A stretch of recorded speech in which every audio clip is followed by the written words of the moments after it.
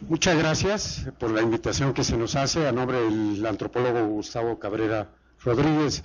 Él es director general de la Comisión de Recursos Naturales, adscrita a la Secretaría del Medio Ambiente del Gobierno del Distrito Federal, y yo soy jefe de la zona sur en la Coordinación de Áreas Naturales Protegidas de la Ciudad de México, del DF. Bien, rápidamente, por el proceso dinámico que tiene la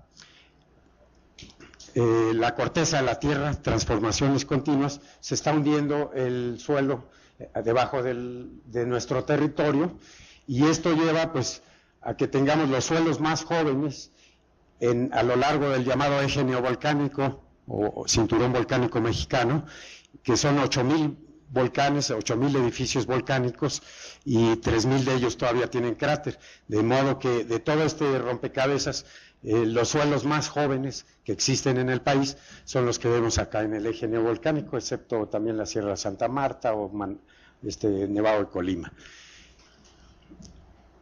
Se cerró la Cuenca de México. Las dataciones que hay es que hace 780,000, 790,000 años surge la Ajusco, y luego durante estos 700,000 años, pero los volcanes que están arriba, es decir, cerraron la cuenca que drenaba al sur, se forman los lagos, y esto lleva a que tengamos hoy más de 150 volcanes entre Tlalpan y Cuernavaca, ¿sí? Y estos volcanes son los que cada vez que surgen hacen un territorio totalmente inhabitado, o sea, no hay nada ahí, y empieza el poblamiento, ¿no? Desde organismos, microorganismos, ¿no? Y luego líquenes, helechos, musgos. Este es el derrame del Xitle, el último de todos ellos, que es hace menos de 2,000 años, aunque se decía que eran como 2,500 años, tuvo 7 derrames lábicos, y en esa zona encontramos ya un proceso de sucesión ecológica, o sea, una sucesión primaria de líquenes, musgos, helechos, herbáceas, estrato herbáceo, arbustos y luego árboles. Y es muy rápido que se colonizan estos territorios. Aquí tenemos ¿se pueden apagar la luz, por favor? Sí, se puede apagar, gracias. El cono, el cráter, y esta parte de aquí del Ajusco Medio, que tiene más de 600 especies de plantas vasculares. Sí, esto es un tercio de lo que tiene la Cuenca de México. Y la Cuenca de México es una de las zonas más importantes dentro del eje neovolcánico. De hecho, ahorita lo vamos a ver. Entonces, los bosques que se han desarrollado son diferentes ecosistemas. Tenemos desde los bosques de oyamel, bosques de pino, bosques de encino, bosques mixtos de aile con oyamel, aile con pino. Tenemos bosques de encino-pino, de pino-encino, matorral inerme, matorral crasicaule, tenemos pastizales, tenemos acatonales. Es decir, todo este mosaico que vemos aquí.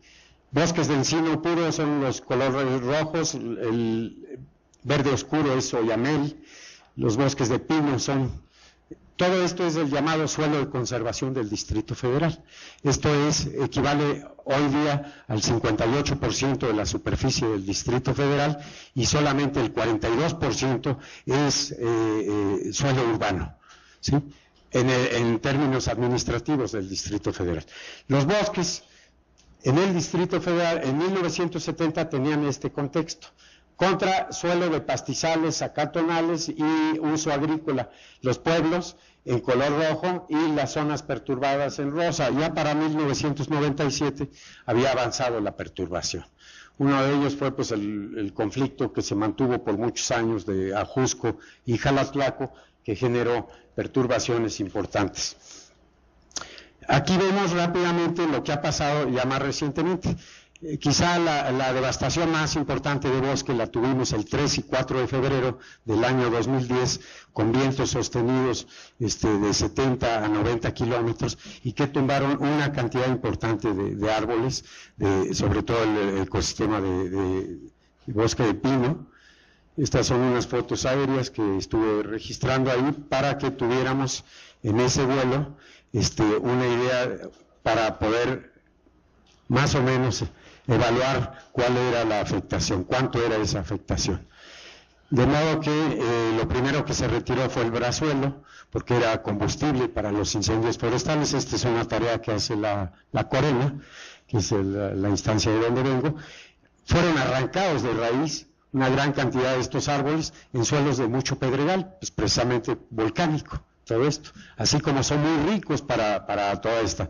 De eso se hizo este planteamiento de afectaciones distintas. Las mayores afectaciones son los café oscuros, que están aquí, acá, pero en realidad fueron como un corredor, el viento agarró como un corredor y ahí afectó directamente, ¿sí? Entonces lo que se hizo fue, no todo se afectó, como van a ver en las siguientes imágenes, pero lo que se hizo fue que la comunidad de Milpalta, que fue la mayor afectación, con más de 40,000 árboles derribados o partidos en el fuste, lo que hicieron es que dijeron queremos un aprovechamiento comunitario, un aprovechamiento doméstico, y Semarnat otorgó el permiso de esa manera y con sus mecanismos de regulación, de modo que fue muy interesante lo que ellos decidieron, y no así un aprovechamiento de tipo comercial.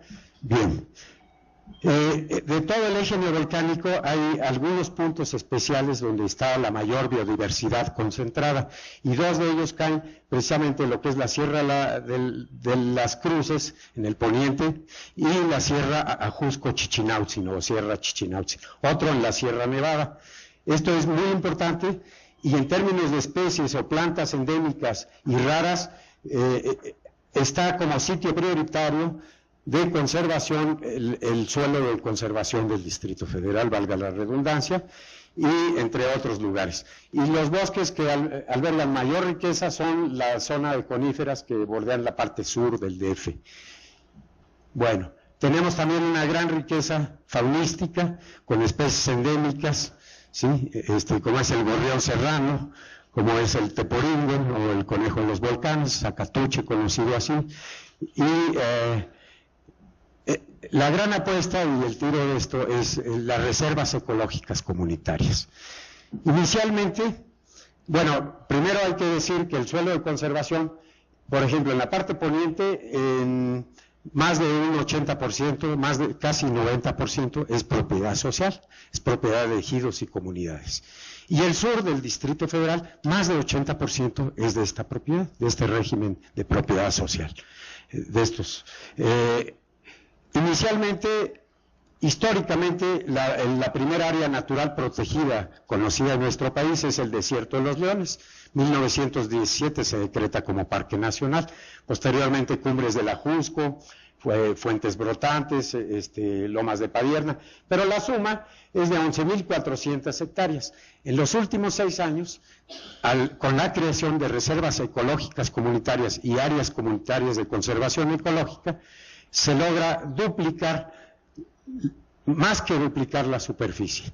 O sea, ahora en áreas que son administradas, manejadas por las comunidades con la retribución de los servicios ambientales, porque esto es fundamental, los bosques del sur de la Ciudad de México y poniente, si algo valen, es precisamente por los servicios ambientales que producen, no como bosques maderables. No tienen la dimensión, los árboles ya no tienen la talla para hacer un aprovechamiento forestal. Se puede hacer un manejo para mantener sanamente estos bosques, pero lo principal que nos van a producir son servicios ambientales. Ahí tenemos las reservas ecológicas comunitarias. Rápidamente, la primera de ellas que se decreta es San Nicolás Totolapan, con casi 2,000 hectáreas. Posteriormente, San Miguel Topilejo, con 6,000 hectáreas. Más adelante, como reserva ecológica comunitaria, San Bernabé Ocotepec, y como áreas comunitarias de conservación ecológica, Milpalta con 5,000 hectáreas, y otras dos pequeñas, que es San Andrés Totoltepec en el Ajusco Medio, y Santiago Tepalcatlalpan en Xochimilco, al norte del volcán Tetequilo. El Valle de México tiene alrededor de 2,000 especies de plantas vasculares, es decir, tiene más que el estado de Campeche, Yucatán o Quintana Roo, y tiene casi cercano a Durango, ¿no? Y el DF cabe en Durango 100 veces, ¿sí?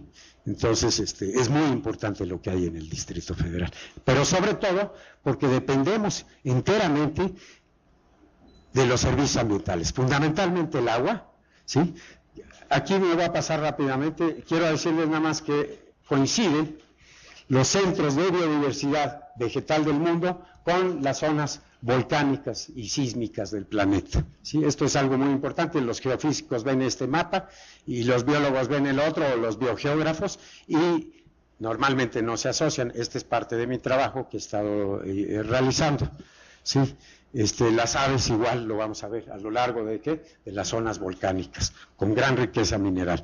Bueno, rápidamente diría, sobre el agua, tenemos escurrimientos cortos en la Sierra Chichinautzin, escurrimientos largos con barrancas en la Sierra de las Cruces. Por lo tanto, la mayor capacidad, la mayor permeabilidad, la mayor infiltración ocurre en los volcanes del sur.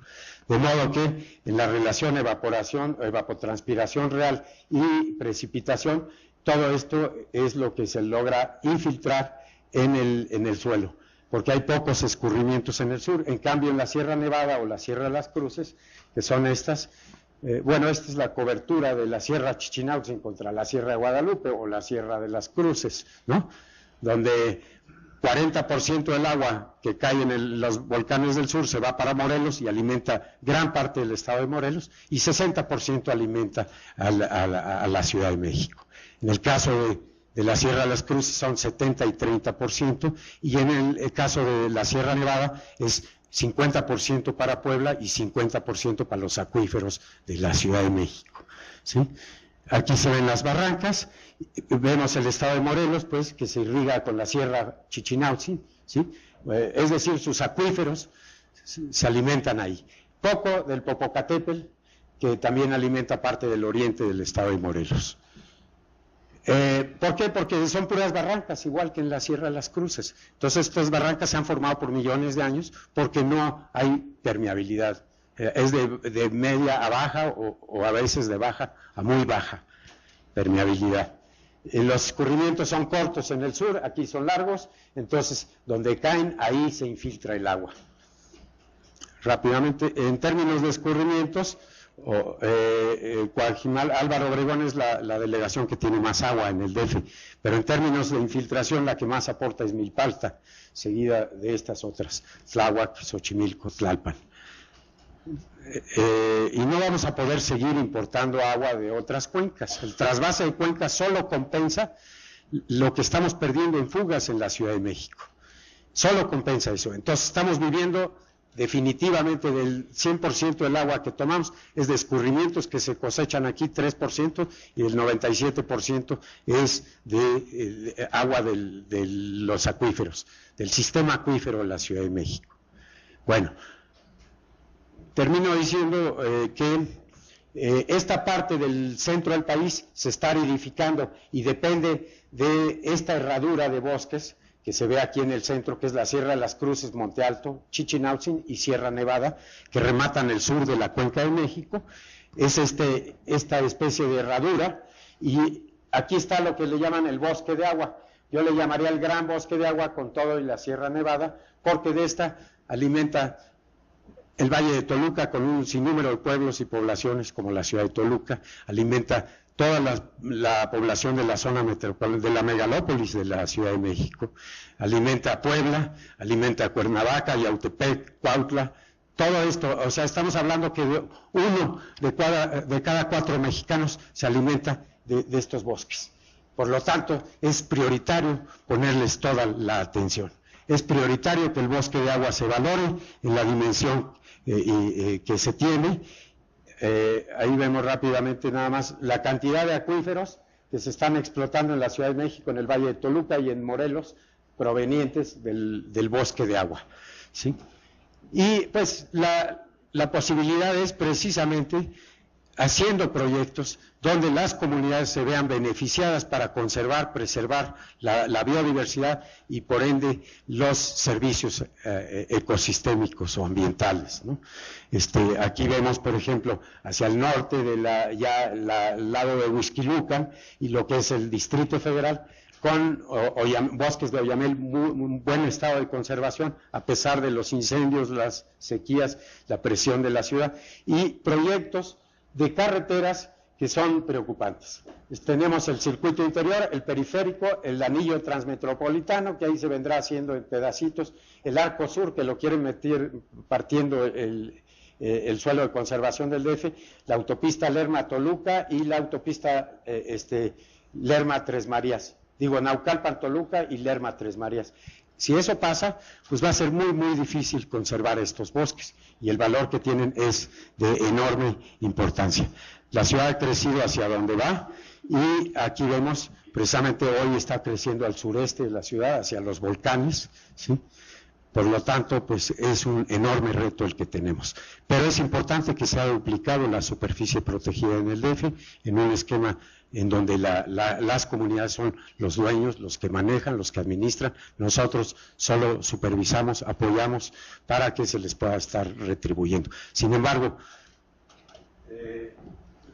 diría que Semarnat valoró servicios ambientales, hizo un estudio de investigación muy importante en 1996 y valoró que los bosques de nuestro país deben dar del orden de $244 por hectárea. Nosotros estamos pagando aquí cerca del 40% y somos de las tasas más altas de pago por servicios ambientales, ¿sí? De modo que todavía falta mucho. Además es muy intangible valorar los servicios ambientales. ¿Cuánto vale el agua para 1 de cada 4 mexicanos? ¿Sí? Esto no está valorado. Hay que hacer otros proyectos más, además de los programas de retribución. Muchísimas gracias.